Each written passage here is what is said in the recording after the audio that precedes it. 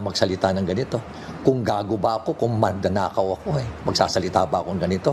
Lalabanan ko ba yung matataas sa Kongreso?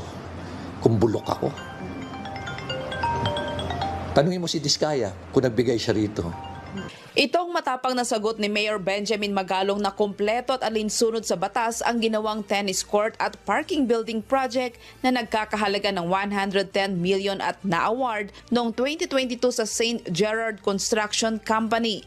Iginit niya na ang bidding process ay dumaan sa wastong pamamaraan at ang St. Gerard ay ganap na kwalipikado at nagsumite ng pinakaresponsabling bid. Binatikos ng ilan ang proyekto dahil dati nang na-blacklist ang kumpanya noong 2020. Ayon kay Magalong sa kanilang records, kumpleto at alinsunod sa batas ang ginawang tennis court. Ito na nabid yan, sa back yan. Wala naman akong control sa back, di ba? Back yan Tapos ang importante dyan, walang perang lumabas dyan o kaya under the table arrangement. Yun ang importante dyan Ganun ba na ipe-penalize namin siya kung tumatanggap kami? Kita mo, penalty niya, 20,000 a day. Hindi pa namin siya binabayaran doon sa kanya. Doon sa, not only the retention, hindi pa namin siya nababayaran natin. Kayo na lang po maghusga. No?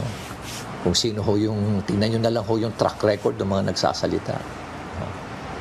At kayo na lang ho maghusga. Kasi at ito yung ginagawa namin. We're sacrificing our safety, the safety of our families. Itong ginagawa ho namin. Anytime ho may mangyari sa amin. Kaya bahala na ho kayo.